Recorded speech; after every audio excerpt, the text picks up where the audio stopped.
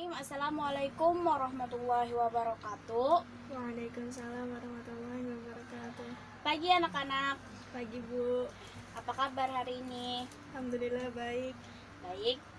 Sebelumnya perkenalkan, nama Ibu Nia Rizka Amelia dari kampus UIN Antasari Banjarmasin, jurusan Pendidikan Agama Islam, Fakultas Tarbiyah dan Keguruan, jurusan Pendidikan Agama Islam, konsentrasi fikih 2018. Baik, di sini Ibu akan menjelaskan sedikit tentang ariyah, pinjam meminjam, dan wadiah, titipan. Yang pertama, Ibu akan menjelaskan sedikit tentang ariyah atau pinjam meminjam. Ariyah artinya ganti mengganti pemanfaatan suatu kepada orang lain. Ada juga yang menyatakan bahwa ariyah berasal dari kata ura yang berarti kosong. Dinamakan ariyah karena kosongnya atau tidak ada ganti rugi. Sedangkan ariyah menurut istilah adalah akad berupa pemberian manfaat suatu benda halal dari seorang kepada orang lain tanpa ada imbalan dengan tidak mengurangi atau merusak benda itu dan dikembalikan setelah diambil manfaatnya. Yang kedua, dasar hukum ariyah. Dasar hukum ariyah itu ada dua. Yang pertama dari Al-Quran, yang kedua dari hadis. Yang ketiga, hukum ariyah. Hukum pinjam meminjam dalam syariat Islam dibagi menjadi 4. Yang pertama, mubah artinya boleh. Yang kedua, sunnah artinya pinjam meminjam yang dilakukan untuk memenuhi suatu kebutuhan yang cukup penting, misalnya meminjamkan sepeda untuk mengantar anaknya ke sekolah atau meminjam buku pelajaran dan sebagainya. Yang ketiga, wajib artinya pinjam meminjam yang merupakan kebutuhan yang sangat mendesak, dan kalau tidak meminjam akan menemukan suatu kerugian.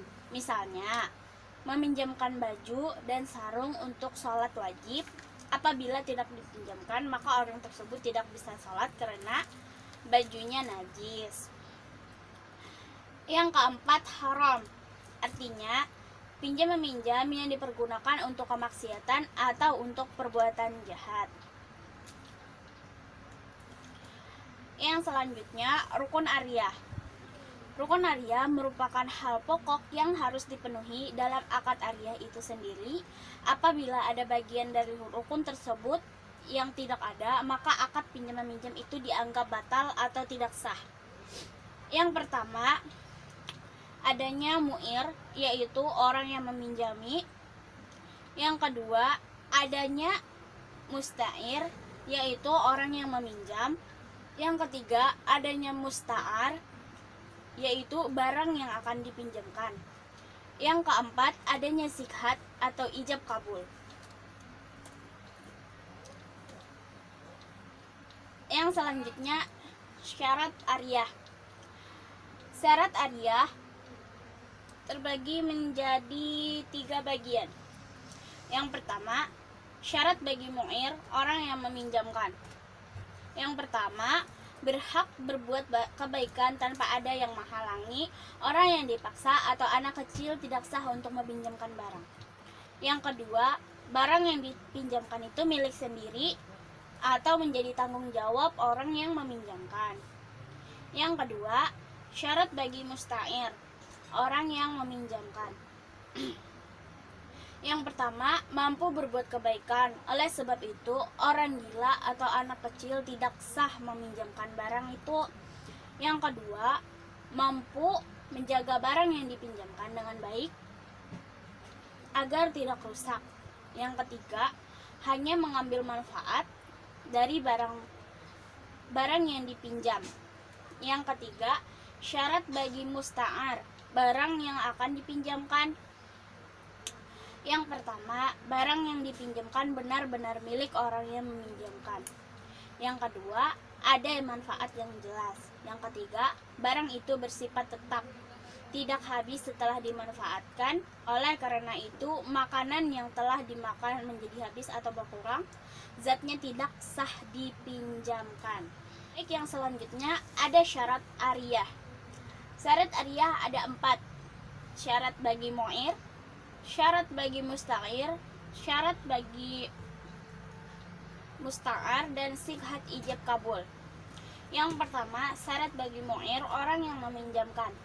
Yang pertama, berhak berbuat baik tanpa adanya menghalangi. Orang yang dipaksa atau anak kecil tidak sah untuk meminjamkan barang. Yang kedua, barang yang dipinjamkan itu milik sendiri atau menjadi tanggung jawab orang yang meminjamkan.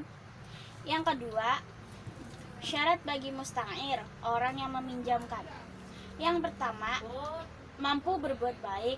Oleh sebab itu, orang gila atau anak kecil tidak sah meminjamkan barang. Yang kedua, mampu menjaga barang yang dipinjamkan dengan baik agar tidak rusak. Yang ketiga, hanya mengambil manfaat dari barang yang dipinjam. Yang ketiga, syarat bagi musta'ar. Syarat bagi musta'ar adalah barang yang dipinjamkan benar-benar milik orang yang meminjamkan. Yang kedua, ada manfaat yang jelas. Yang ketiga, barang itu bersifat tetap, tidak habis setelah dimanfaatkan. Oleh karena itu, makanan yang setelah dimakan menjadi habis atau berkurang, zatnya tidak sah dipinjamkan. Yang keempat, sihhat ijab dan kabul, yaitu bahasa interaksi atau ucapan rela dan suka atas pemanfaatan barang yang dipinjam. Yang selanjutnya, macam-macam ariyah. Macam-macam ariyah ada 2. Yang pertama, ariyah mutlaqah. Yang kedua, ariyah muqayyadah. Yang pertama, ariyah mutlaqah, yaitu pinjam meminjam barang yang dalam akadnya tidak dijelaskan persyaratan apapun atau tidak dijelaskan penggunaannya. Misalnya, meminjam sepeda motor di mana dalam akad tidak disebutkan hal-hal yang berkaitan dengan sepeda motor tersebut. Yang kedua, ariyah muqayyadah adalah meminjamkan suatu barang yang dibatasi dari segi waktu dan kemanfaatannya, baik disyaratkan oleh orang yang berakad maupun salah satunya. Yang ketujuh, kewajiban mu'ir dan musta'ir. Dalam akad ariyah ada kewajiban bagi pemberi dan peminjam, yakni A. Kewajiban peminjam 1. Menyerahkan atau memberikan benda yang dipinjam dengan ikhlas dan sukarela. Yang kedua, barang yang dipinjam harus barang yang bersifat tetap dan memberikan hal yang halal. Yang ketiga, tidak didasarkan atas riba. Yang kedua, kewajiban peminjam atau musta'ir. Yang pertama, harus memelihara benda peminjam dengan rasa tanggung jawab. Yang kedua, dapat mengembalikan barang itu tepat waktu. Yang ketiga, biaya ditanggung peminjam jika harus mengeluarkan biaya. Yang keempat, bertanggung jawab terhadap barang yang dipinjam. Nah, yang terakhir ada 8 hal yang harus diperhatikan dalam ariyah. Yang pertama, pinjam meminjam barang harus dimanfaatkan untuk hal-hal yang halal dan tidak melanggar norma agama. Yang kedua, orang yang meminjam barang hanya boleh menggunakan barang yang dipinjam sebatasnya yang diizinkan oleh pemilik barang. Yang ketiga, menjaga dan merawat barang pinjaman yang baik seperti miliknya sendiri. Yang keempat, jika dalam proses pengambilan barang itu memerlukan biaya, maka yang menanggung adalah pihak yang meminjam. Yang kelima, akad pinjam meminjam boleh diputus dengan catatan tidak merugikan salah satu pihak. Yang keenam, akad pinjam meminjam dihukumi batal atau selesai jika salah seorang dari kedua belah pihak meninggal atau karena gila. Yang ketujuh, jika terjadi perselisihan antara peminjam dan yang meminjam, maka barang itu wajib dikembalikan dan syaratnya tidak sah. Yang terakhir, Peminjam wajib mengembalikan barang pinjaman jika waktu telah berakhir dan tidak boleh memanfaatkan barang itu lagi. Baik, sebelum kita melanjutkan ke pembahasan selanjutnya, apakah ada pertanyaan? Tidak, Bu. Baik, kita lanjutkan ya.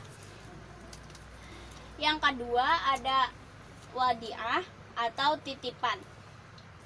Yang pertama, pengertian wadiah. Wadiah menurut bahasa berarti titipan. Kata wadiah berasal dari kata wada'a yada'u wada'an yang berarti membiarkan atau meninggalkan sesuatu. Jadi, wadiah adalah sesuatu yang dititipkan. Menurut ulama Syafi'iyah dan Malikiyah, wadiah adalah gambaran penjagaan kepemilikan suatu terhadap barang-barang pribadi yang penting dengan cara tertentu. 2. Dasar hukum wadiah. Akad wadiah merupakan akad yang diperbolehkan atau mubah menurut syariat. Dasar hukum wadiah sebagai berikut. Yang pertama ada Al-Quran dan yang kedua hadis. Nah, yang selanjutnya rukun wadiah. Rukun wadiah adalah hal pokok yang harus ada dalam akad wadiah. Jika ada salah satu hal pokok tadi yang tidak terpenuhi, maka akad itu menjadi tidak sah. Rukun wadiah ada 4. Yang pertama, orang yang menitipkan atau al-mudi atau muwaddi. Yang kedua, orang yang dititip, al-muda'a atau mustauda. Yang ketiga, barang titipan atau wadiah. Yang keempat, sighat ijab kabul. Selanjutnya, syarat-syarat wadiah. Syarat wadiah, orang yang menitipkan atau muwaddi dan orang yang dititipi mustaudi. Yang pertama, dia itu harus balik. Tidak sah melakukan akad dengan anak yang belum balik. Namun ulama Hanafiyah memperbolehkan berakad dengan anak kecil yang sudah mumais dengan persetujuan walinya. Yang kedua, berakal sehat. Tidak sah berakad dengan orang gila atau yang sudah kehilangan akal karena mabuk.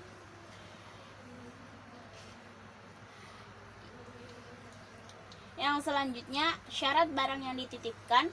Barang yang dititipkan harus berupa harta yang bisa disimpan dan diserah terimakan serta memiliki nilai. Yang selanjutnya, syarat sikhat ijab kabul.